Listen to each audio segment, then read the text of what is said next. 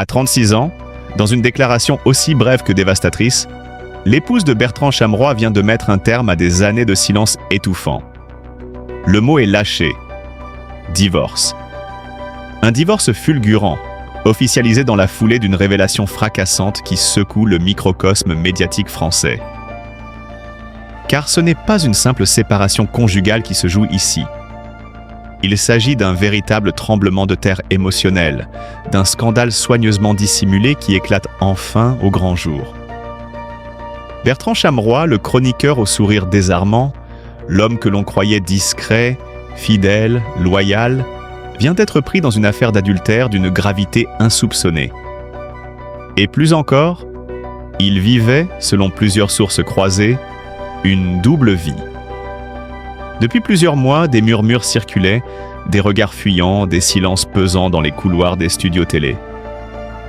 Des absences à répétition, des voyages professionnels soudainement prolongés, des soirées privées dont la discrétion semblait exagérée, jusqu'à ce qu'une photo volée ne mette le feu aux poudres.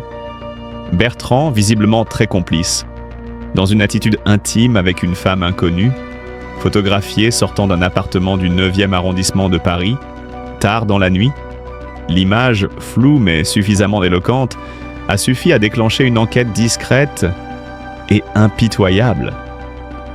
Ce que les investigations journalistiques ont permis de reconstituer dépasse l'entendement.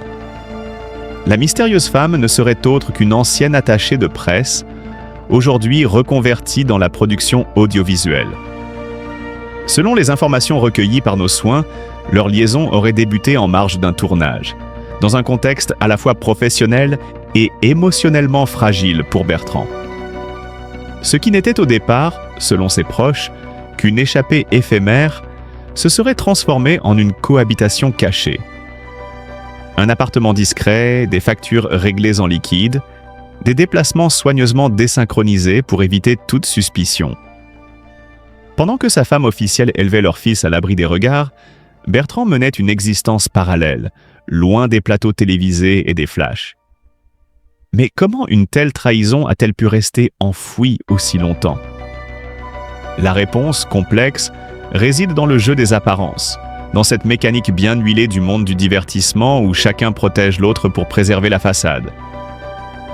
Les rares personnes au courant auraient été tenues au silence par loyauté, par intérêt professionnel ou par peur des représailles médiatiques.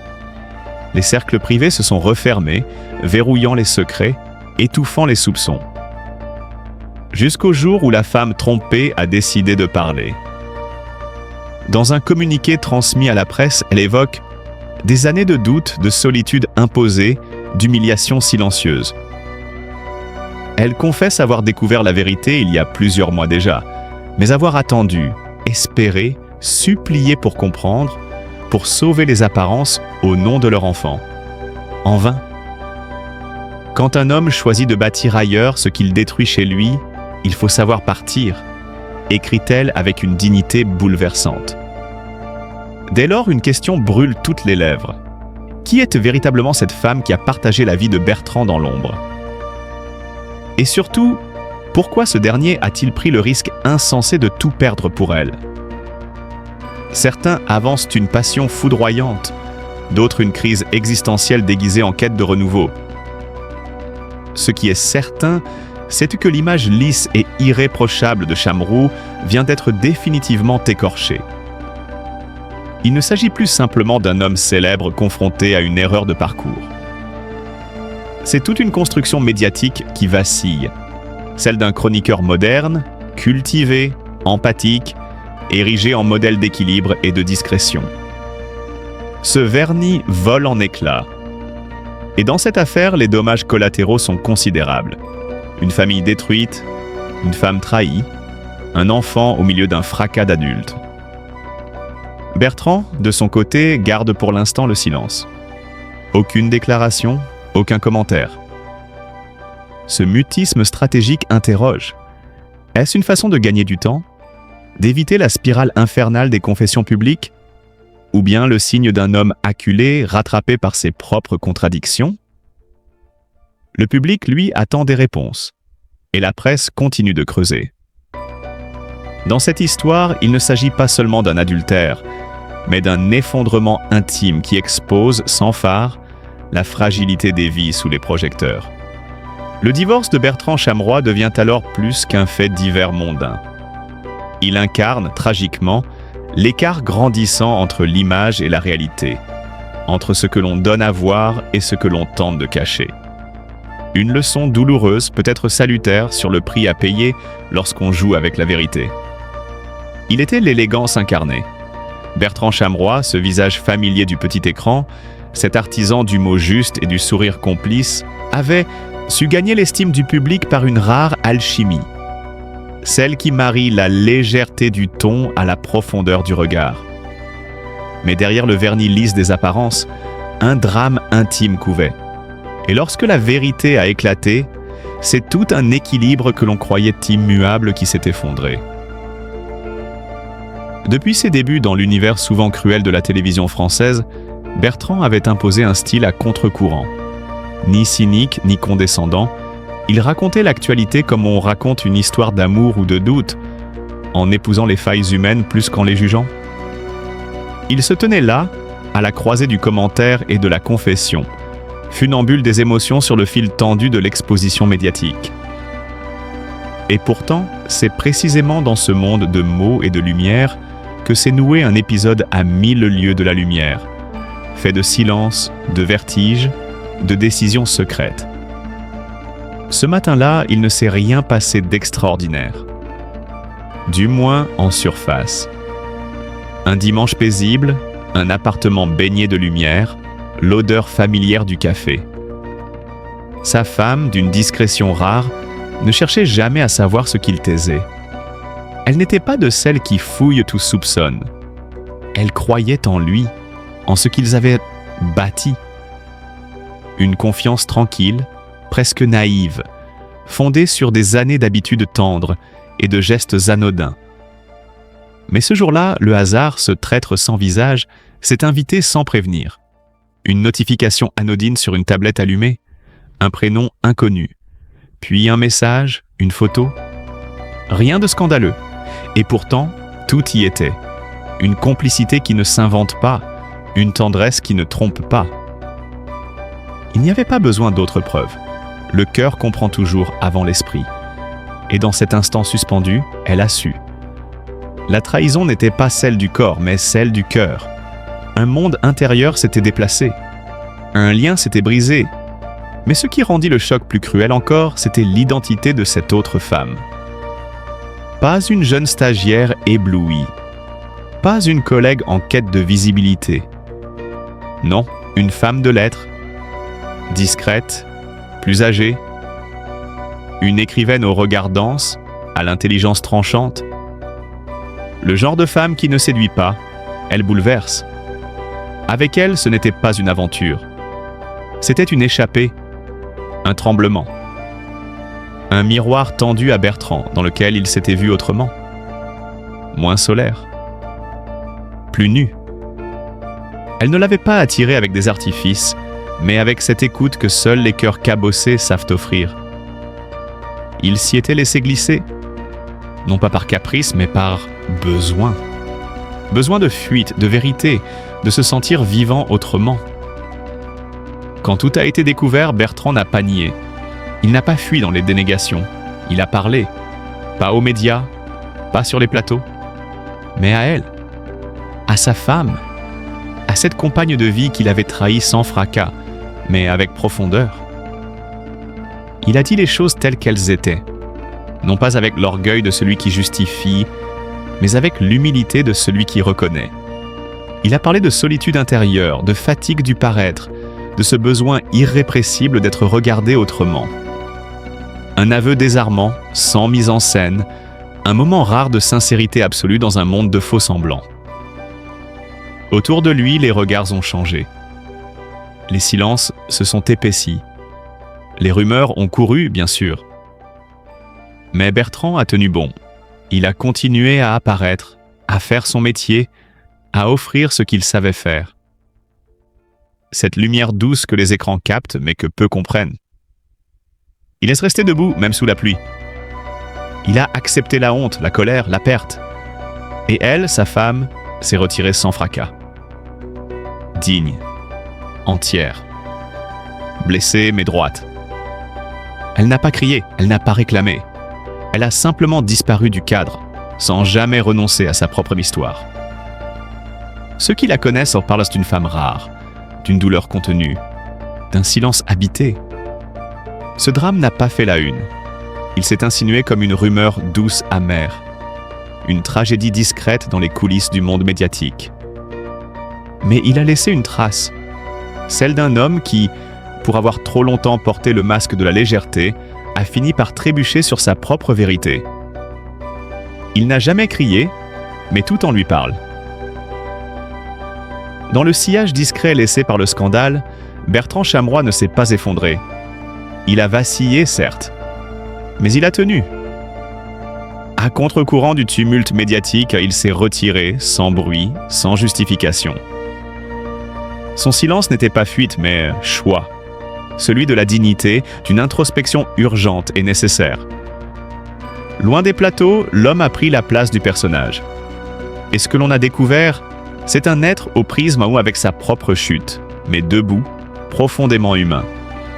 L'onde de choc provoquée par l'éclatement de sa vie privée n'a jamais été totalement dissipée. Ce que l'on croyait simple erreur s'est révélé être une faille, une fissure intime dans la mécanique bien huilée de son existence publique.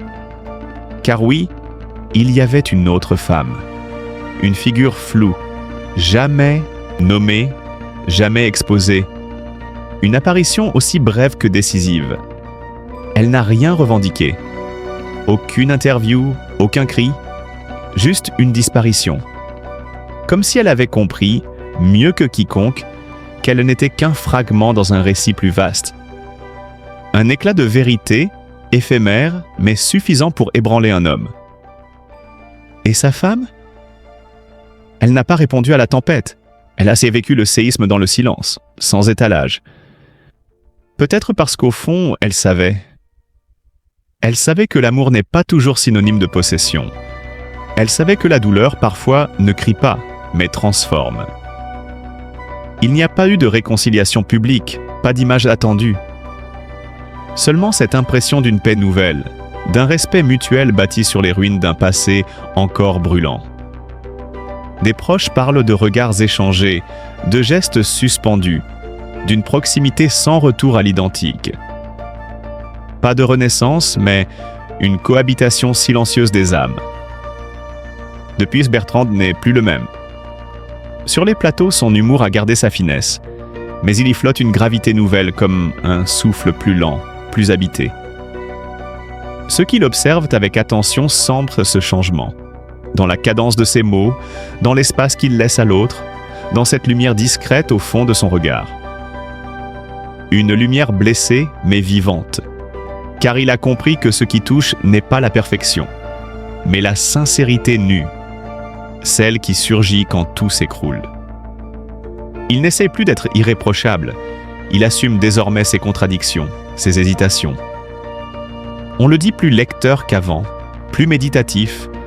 On le croise parfois, seul, arpentant les rues de Paris à la tombée de la nuit, comme en quête d'un souffle, d'une paix intérieure encore fragile.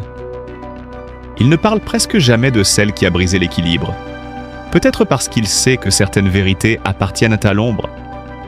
Non par honte, mais parce qu'elles sont trop humaines, trop complexes pour se plier au jugement public. Et paradoxalement, c'est là que réside sa plus grande force. C'est en tombant que Bertrand Chameroy a gagné une profondeur que peu d'hommes publics osent montrer. Il n'a pas cherché à plaire. Il n'a pas tenté de reconquérir. Il a simplement continué.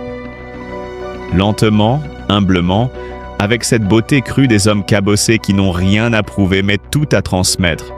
Il y a des histoires qu'on murmure, d'autres qu'on crie. Et puis, il y a celles qui se taisent, qui s'écrivent dans les silences, les absences, les regards perdus. Celle de Bertrand Chameroy appartient à cette dernière catégorie. À première vue, tout semblait intact. L'homme de télévision, charmeur, fin analyste de l'actualité, toujours prompt à faire sourire la France. Mais derrière cette façade si bien tenue, C'est un homme à genoux qui, depuis des mois, tente simplement de rester debout. Tout a basculé un soir anodin. Un soupçon. Une intuition. Rien de spectaculaire, juste un frisson glacé dans le dos de sa compagne. Une phrase dite de travers. Un regard qui fuit trop vite. Et puis, le geste qu'on redoute, fouiller un téléphone. Elle n'y cherchait rien, ou peut-être espérait-elle n'y trouver que le banal. Mais elle est tombée sur un prénom inconnu. Une série de messages équivoques. Une femme. Plus âgée. Un nom qui ne faisait pas partie de leur monde. Le choc a été silencieux. Pas de cris, pas de dispute. Juste ce regard figé, cette révélation muette qui foudroie plus sûrement que 1000 mots. Bertrand, cet homme qu'elle croyait connaître, avait trahi non pas par passion, mais par faille. Ce n'était pas tant l'infidélité qui la détruisait, mais le fait qu'il ait pu la regarder chaque jour, lui parler, l'embrasser, tout en sachant. Depuis ce jour, Bertrand ne s'est plus reconnu. Le chroniqueur énergique a laissé place à une silhouette absente. Il continue d'apparaître à l'écran, mais son regard est ailleurs. Ses proches décrivent un homme brisé, rongé par la honte, l'insomnie, une forme de dégoût de soi qu'aucun mot ne parvient à apaiser. Les plateaux télé se sont vidés de leur magie. L'appartement, lui, est devenu un mausolée. Le parfum de sa compagne flotte encore dans l'air. Cruel rappel de ce qui fut. Sur les murs, des photos figées le toisent. Il entend encore son silence. Le silence du départ. Pas un cri. Juste une porte qu'on referme. Définitivement. Et pourtant, il l'aimait. Il l'aime toujours. Mais quelque chose en lui s'est fendu. Cette femme, croisée lors d'un événement mondain, n'était pas une menace. Juste un refuge passager, un miroir flatteur tendu à un homme en perte de repère. Elle l'avait écouté. Elle l'avait compris. Ou du moins, il avait voulu y croire. Leur histoire, brève, confuse, n'avait rien d'un amour. C'était une fuite, une respiration volée. Et comme toutes les bulles d'oxygène artificielles,